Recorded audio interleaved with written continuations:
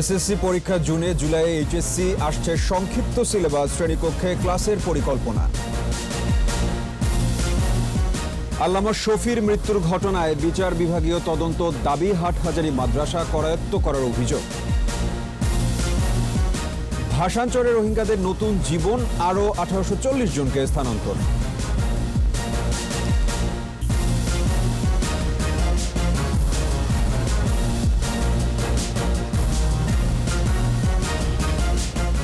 First security ইসলামী bank limited সংবাদ শিরোনাম, আমন্ত্রণ 21 দেশের সংবাদে। আপনাদের সাথে আছি আমি সাব্বির আহমেদ। দর্শক, 21 টেলিভিশনের সংবাদ একই সাথে সরাসরি দেখতে পাবেন আমাদের ফেসবুক পেজ www.facebook.com/2124 অনলাইনে। পৌর নির্বাচনে প্রমাণ হয়েছে সরকারের উপর জনগণের আস্থা বেড়েছে বলে জানিয়েছেন আওয়ামী লীগের সাধারণ সম্পাদক।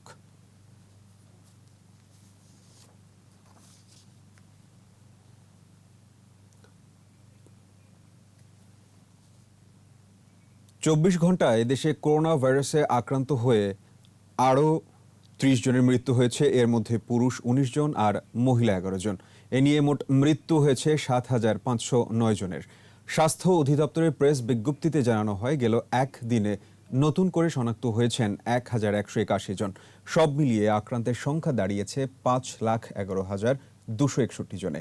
ঢাকা সিটি সহ দেশের বিভিন্ন হাসপাতালে ও বাড়িতে উপসর্গবিহীন রোগী সহ সুস্থ হয়েছেন 1,245 জন। এ পর্যন্ত সুস্থ হয়েছেন 4,54,563 জন। গেল 24 ঘন্টায় সারা দেশে সরকারি ও বেসরকারি ব্যবস্থাপনায় 167 ল্যাবে অ্যান্টিজেন টেস্ট সহ নমুনা পরীক্ষা হয়েছে 14,588 জনের। এ পর্যন্ত নমুনা পরীক্ষা হয়েছে 31,99,115টি। হেফাজত ইসলামের প্রতিষ্ঠাতা আল্লামা শাহ আহমদ শফির মৃত্যু অস্বাভাবিক বলে জানিয়েছেন তার বড় ছেলে। তার মৃত্যু নিয়ে বিচার বিভাগীয় তদন্তের দাবি জানিয়েছেন তিনি। সংবাদ সম্মেলন করে মাওলানা ইউসুফ বিন আহমদ শফি আল মাদানী বলেন, আহমদ শফির মৃত্যুর পর হাটহাজারী মাদ্রাসার দায়িত্ব ছিনিয়ে নেওয়া হয়। সিন্ডিকেট করে বাবুনগরীর বিরুদ্ধে হেফাজতের পকেট কমিটি গঠনেরও অভিযোগ আনেন তিনি। বিস্তারিত জানাচ্ছেন দীপু সারওয়ার।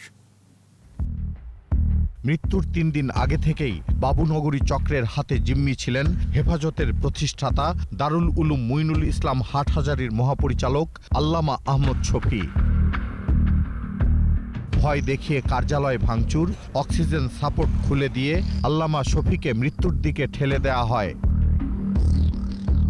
এরকম অবস্থার মধ্যেই 18 সেপ্টেম্বর ঢাকার আজগর আলী হাসপাতালে চিকিৎসাধীন অবস্থায় মৃত্যু হয় আহমদ শফির। শুরু থেকেই একে হত্যাকাণ্ড বলে আসছে আহমদ শফির স্বজনেরা।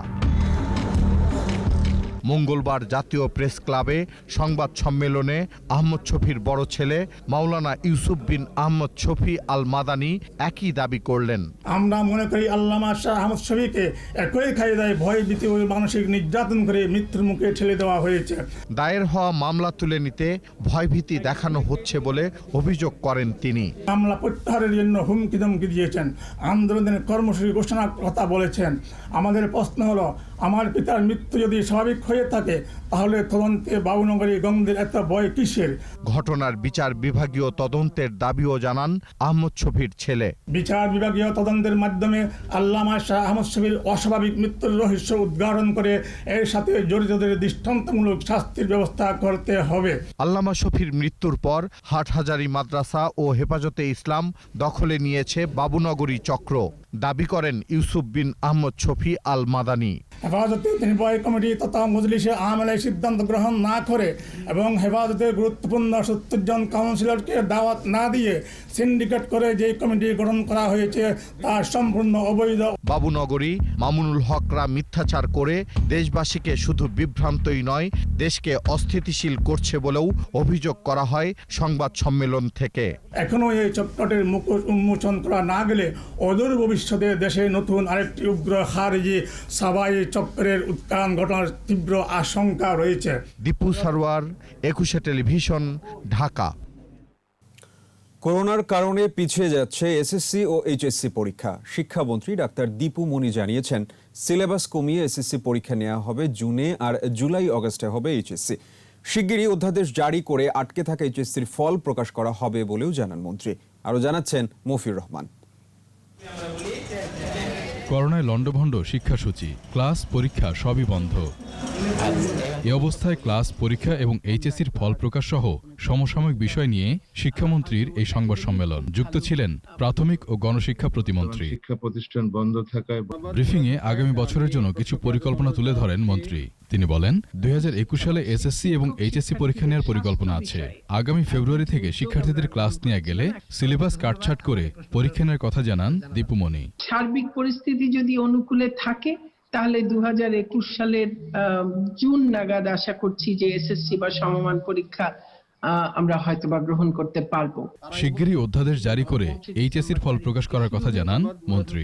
2020 সালের যে এইচএসসি বা সমমান যে পরীক্ষার আমরা ফল প্রকাশ করব তার প্রস্তুতি সংক্রান্ত কিছু তথ্য আমি আপনাদের সামনে তুলে ধরতে চাই। বিশেষ পরিস্থিতিতে ফলাফল প্রকাশের জন্য একটি অধ্যাদেশ জারি করতে হবে। আমাদের যে পরীক্ষা নেওয়া, পরীক্ষার ফল প্রকাশ এ সংক্রান্ত আমাদের আইন রয়েছে, তবে আমরা এই যে বিশেষ পরিস্থিতিতে বিশেষ বিকল্প ব্যবস্থায় যে আমরা ফলাফল দিচ্ছি সেটি সংক্রান্ত একটি অধ্যাদেশ খুব সহসাই জারি করা হবে। সেটির কাজ এখন প্রক্রিয়াধীন রয়েছে। মাধ্যমিকে এখন থেকে রোল নম্বরের পরিবর্তে আইডি প্রথা চালু করার কথা জানান শিক্ষামন্ত্রী। ফলাফল করছে না, অনেক পিছিয়ে। দীপুমণি জানান, এবারও বই উৎসব হবে, তবে তা স্বাস্থ্যবিধি মেনে। ষষ্ঠ থেকে নবম প্রতি ক্লাসের শিক্ষার্থীরা 3 দিন করে বই সংগ্রহ করবে। মাধ্যমিকের সব বই 12 দিনের মধ্যে শিক্ষার্থীদের হাতে তুলে দেওয়া হবে। প্রধানমন্ত্রী শেখ হাসিনা 31শে ডিসেম্বর অনলাইনে বই উৎসবের উদ্বোধন করবেন বলেও জানান দীপুমণি। একেবারেই খুব ভালো। মফিউর রহমান, 21শে টেলিভিশন, ঢাকা। দ্বিতীয় দফায় 1804 রোহিঙ্গাকে স্থানান্তর করা হলো নোয়াখালীর ভাসানচরে। চট্টগ্রাম থেকে নৌবাহিনীর 5টি জাহাজে তাদের ভাসানচরে নেওয়া হয়। এ পর্যন্ত কক্সবাজারে আশ্রয় নেওয়া 3500 রোহিঙ্গাকে ভাসানচরে স্থানান্তর করা হলো। বিপ্লব মজুমদারের ক্যামেরায় চট্টগ্রাম থেকে রিপোর্ট করছেন হাসান ফেরদৌস।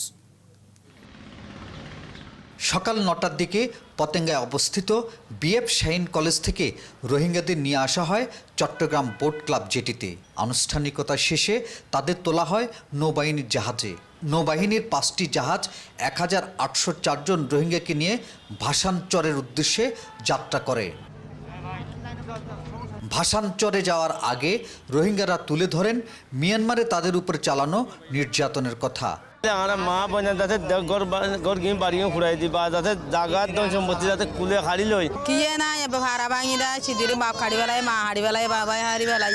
বাংলাদেশের সরকার যদি জায়গা নদী রাস্তা নদী তো তাহলে আর রোহিঙ্গা বাঁচি বলে কোনো রাস্তা নদী। এর আগে ভাসানচরে যাওয়া রোহিঙ্গাদের অনুপ্রেরণায় স্বেচ্ছায় ভাসানচরে যাচ্ছেন বলে জানান তারা। বললেন তাদের স্বপ্নের কথা। ওইখানে আমাদেরকে বাংলাদেশ সরকারে সুযোগ সুবিধা নিরাপত্তা দিয়ে রাখবে, সে কথা ভাবি আমরা চলে যাচ্ছি ভাসানচরে। শ্যামা কর্মকর্তা বেশি পাইম বলি ইয়ান আর চোখে দেখি ওরে ইয়ান আমাদের আর বসবাস করি বলা বাস করি বলা বলি আর ভাসানচরে যাইতাম চাই। আর পয়েন্টের সন্ধান ভবিষ্যৎ মানে হলে যাইতাম। ভাসানচর ভালো লাগে বলে মানে সরকারের পক্ষে ধন্যবাদ। ভাসানচরে স্থানান্তর হওয়া রোহিঙ্গাদের জন্য সরকারের বিভিন্ন পদক্ষেপের কথা জানান নৌবাহিনীর চট্টগ্রাম অঞ্চলের এই ঊর্ধ্বতন কর্মকর্তা। ভাসানচরে আমাদের এই 1 লক্ষ নাগরিক থাকার জন্য যে সুব্যবস্থা, তাদের সমস্ত নাগরিক সুবিধা সুযোগ দিয়ে এটা তৈরি করা হয়েছে। স্কুল, কলেজ, হাসপাতাল, মাদ্রাসায়, মসজিদ থেকে শুরু করে খেলার মাঠ এবং একটা সুন্দর একটা ব্যবস্থা নিরাপদ করা হয়েছে। মিয়ানমারের জাতিগত নিপীড়ন, নির্যাতন ও হত্যাকাণ্ডের শিকার 11 লাখের বেশি রোহিঙ্গা বাংলাদেশে আশ্রয় নিয়েছে। হাসান ফেরদৌস, 21শে টেলিভিশন, চট্টগ্রাম। কক্সবাজারের কয়লা বিদ্যুৎ কেন্দ্রের জেটিতে প্রথমবারের মতো জাহাজ ভিড়ল। কয়লা বিদ্যুৎ কেন্দ্রের সরঞ্জাম নিয়ে জেটি ঘাটে নোঙ্গর করে পানামার পতাকাবাহী জাহাজ। এর আগে মাতার বাড়িতে জাহাজ আসলেও জেটিতে ভেড়েনি। কোল পাওয়ার জেনারেশন কোম্পানি জানিয়েছে এখন থেকে নিয়মিতই প্রকল্পের সরঞ্জাম জেটি দিয়েই খালাস করা হবে। কক্সবাজার প্রতিনিধি আব্দুল আজিজের রিপোর্ট জানাচ্ছেন রত্না জামান। মঙ্গলবার সকাল 9টায় বন্দরের চ্যানেলে প্রবেশ করে জাহাজ ভেনাস ট্রায়াম্প। এরপর কয়লাভিত্তিক বিদ্যুৎ কেন্দ্রের জন্য সরঞ্জাম নিয়ে নবনির্মিত জেটিতে নোঙ্গর করে জাহাজটি। মাতার বাড়িতে 2000 মেগাওয়াট কয়লাভিত্তিক বিদ্যুৎ প্রকল্প নির্মাণের কারণে বন্দরটি স্থাপন করেছে সরকার। গভীর বন্দর নির্মাণের কাজও প্রায় শেষ পর্যায়ে। কাশিমা ও নিগাতা নামে জাপানের দুটি বন্দরের আদলে গড়ে তোলা হচ্ছে মাতারবাড়ির বন্দরটি।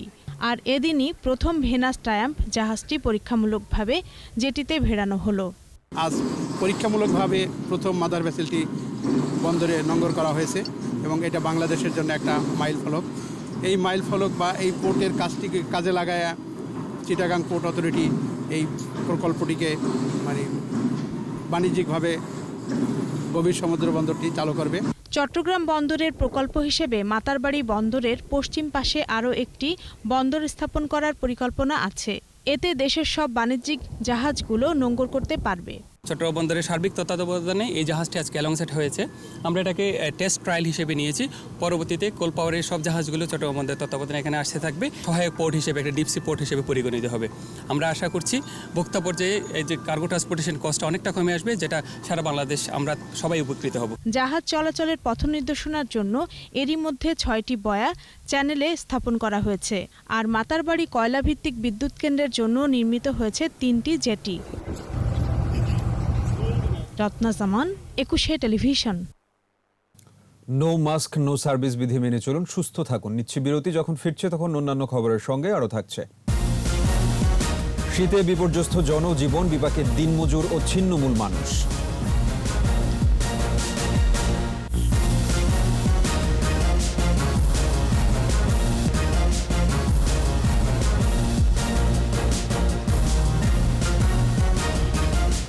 আমন্ত্রণ 21 দেশের সংবাদে। হিমেল হাওয়ায় কাঁপছে দেশ। দিনে কুয়াশার মাত্রা কিছুটা কমলেও কনকনে বাতাসে বাড়ছে শীতের মাত্রা।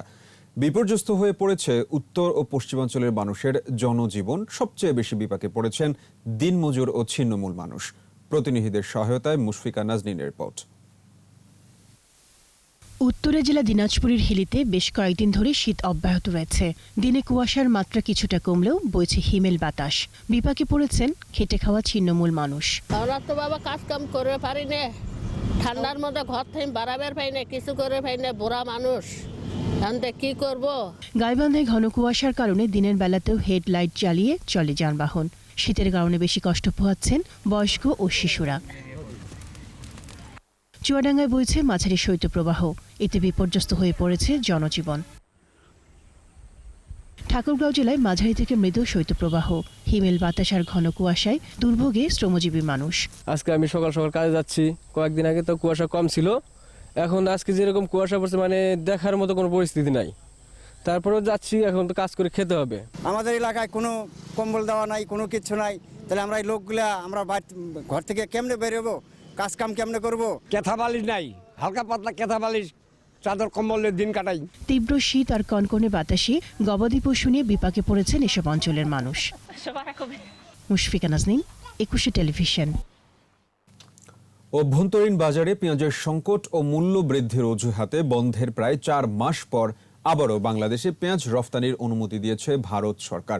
আগামী 1 জানুয়ারি থেকে এই পেঁয়াজ রফতানির ঘোষণা দেয়া হয়। সোমবার রাতে ভারতের বৈদেশিক বাণিজ্য বিভাগের মহাপরিচালক অমিত যাদব স্বাক্ষরিত এক প্রজ্ঞাপনের মাধ্যমে বিষয়টি জানানো হয়।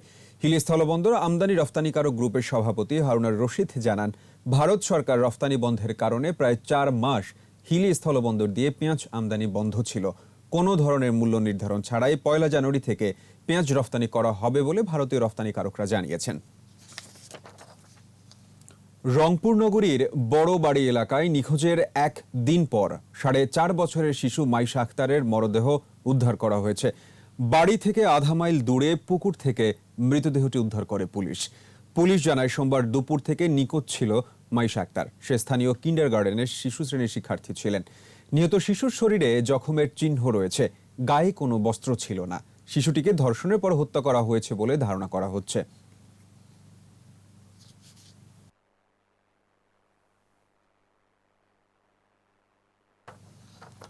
জামালপুর জেনারেল হাসপাতালে বহিরাগতদের হামলা, ভাঙচুর ও লাঞ্ছিত করার ঘটনায় চিকিৎসকদের কর্মবিরতি অব্যাহত রয়েছে। তবে জেলার সব সরকারি হাসপাতাল, জরুরি বিভাগ, চিকিৎসাধীন রোগী ও করোনা রোগী সেবা কার্যক্রম চালু রয়েছে। জেনারেল হাসপাতালের সহকারী পরিচালক ডাক্তার মাহফুজুর রহমান জানান, গত 3 দিন ধরে তাদের কর্মবিরতি চলছে। তদন্ত কমিটির প্রতিবেদন না দেয়া পর্যন্ত এই কর্মবিরতি অব্যাহত থাকবে। এদিকে জামালপুরে ডাক্তার চিরঞ্জীব সরকার টুটুলের উপর হামলার প্রতিবাদে নোয়াখালীতে মানববন্ধন ও সমাবেশ করেছে চিকিৎসকরা।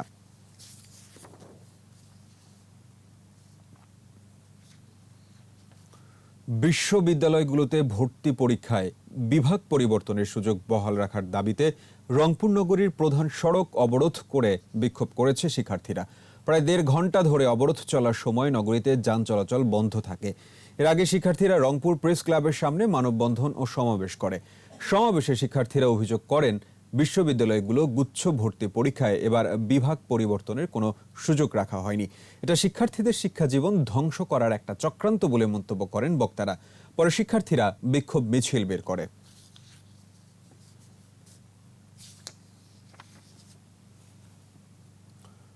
বড়দিন উদযাপন উপলক্ষে ঠাকুরগাঁওয়ের রুহিয়া ক্যাথলিক চার্চে 14 জোড়া যৌতুকবিহীন বিয়ে সম্পন্ন হয়েছে। সকালে খ্রিস্টীয় রীতি অনুসারে ক্যাথলিক চার্চের ধর্মযাজক ফাদার অ্যান্থনি সেন তাদের বিয়ে দেন। ধর্মীয় আনুষ্ঠানিকতা শেষে তাদের বিয়ে রেজিস্ট্রেশন করা হয়। নবদম্পতিদের মধ্যে ঠাকুরগাঁও জেলার 12 জন, পঞ্চগড়ের 15 এবং বরিশালের 1 জন। রুহিয়া ক্যাথলিক চার্চের ধর্মযাজক ফাদার অ্যান্থনি সেন বলেন, যৌতুকবিহীন খ্রিস্টান সম্প্রদায়ের 14 জোড়া বিয়ে সম্পন্ন হয়েছে। এ সময় প্রত্যেকের আত্মীয় স্বজন ও পরিবারের সদস্যরা উপস্থিত ছিলেন। এবার চট্টগ্রাম সংবাদ।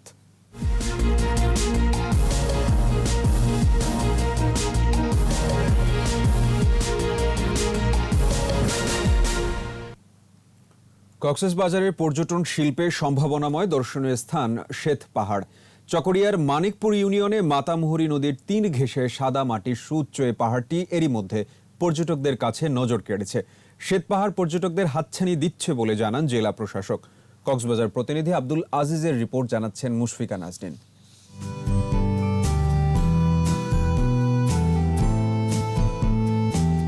নাম তার শ্বেত পাহাড়। সাদা পাহাড়ের চূড়ায় সবুজ গাছগাছালি, পাশ ঘেঁষে মাতামুহুরী নদী আর আকাশ জুড়ে সাগর রঙের মেঘ। কক্সবাজার শহর থেকে শ্বেত পাহাড়ের দূরত্ব সময়ের বিচারে গাড়ি যাত্রায় 2 ঘন্টা।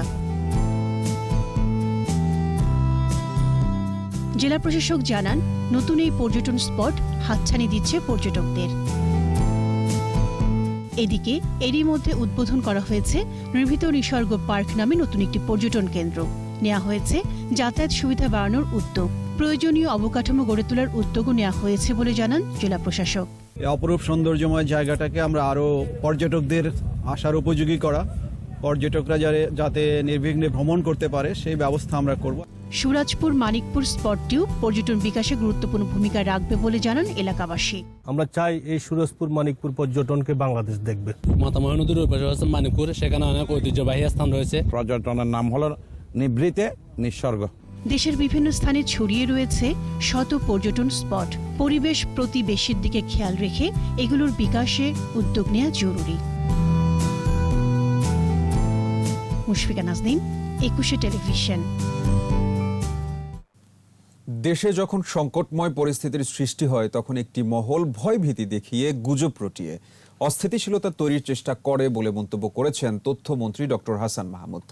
বলেছেন, বাংলাদেশে করোনা কালেও এ ধরনের চেষ্টা হয়েছিল, তবে শুলধারার গণমাধ্যম এবং সাংবাদিকরা এ ধরনের কার্যক্রমের বিরুদ্ধে সোচ্চার ছিল। দুপুরে চট্টগ্রাম প্রেস ক্লাব মিলনায়তনে ক্লাবের দ্বিবার্ষিক সম্মেলন উদ্বোধনের সময় এসব কথা বলেন তিনি। গুজবের বিরুদ্ধে সবার দৃঢ় অবস্থানের কারণে ষড়যন্ত্রকারীরা সফল হতে পারেনি বলেও মন্তব্য করেন তথ্যমন্ত্রী।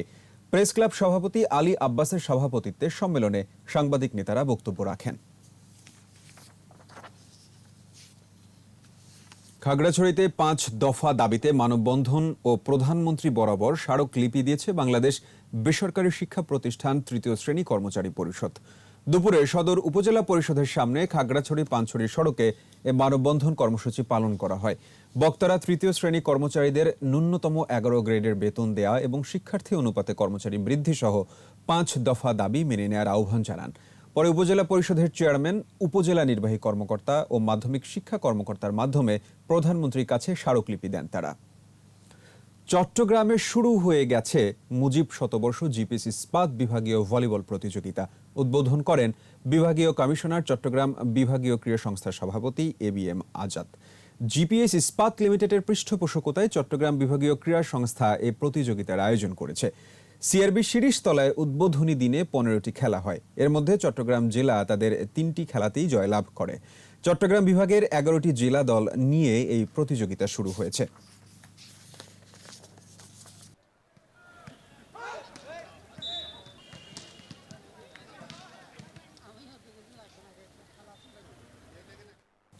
আর এই সাথে শেষ করছে 21-এর দেশের সংবাদ। তবে যাবার আগে ফার্স্ট সিকিউরিটি ইসলামী ব্যাংক লিমিটেড সংবাদ শিরোনামগুলো আরও একবার।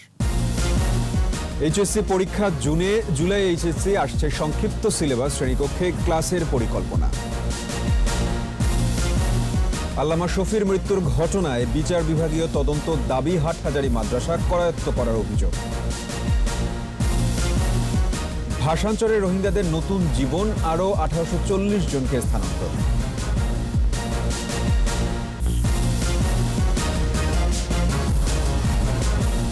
দর্শক, সর্বশেষ খবর জানতে ডায়াল করুন 202 নম্বরে, আর ভিজিট করুন 21tv.com ওয়েবসাইটে। এছাড়া ফেসবুকে লগ ইন করতে পারেন facebook.com/2124 অনলাইনে। এতক্ষণ সাথে থাকার জন্য সবাইকে ধন্যবাদ। পরের সংবাদ সন্ধ্যা 7টায় দেখার আমন্ত্রণ রইল। স্বাস্থ্যবিধি মেনে চলুন, সুস্থ থাকুন।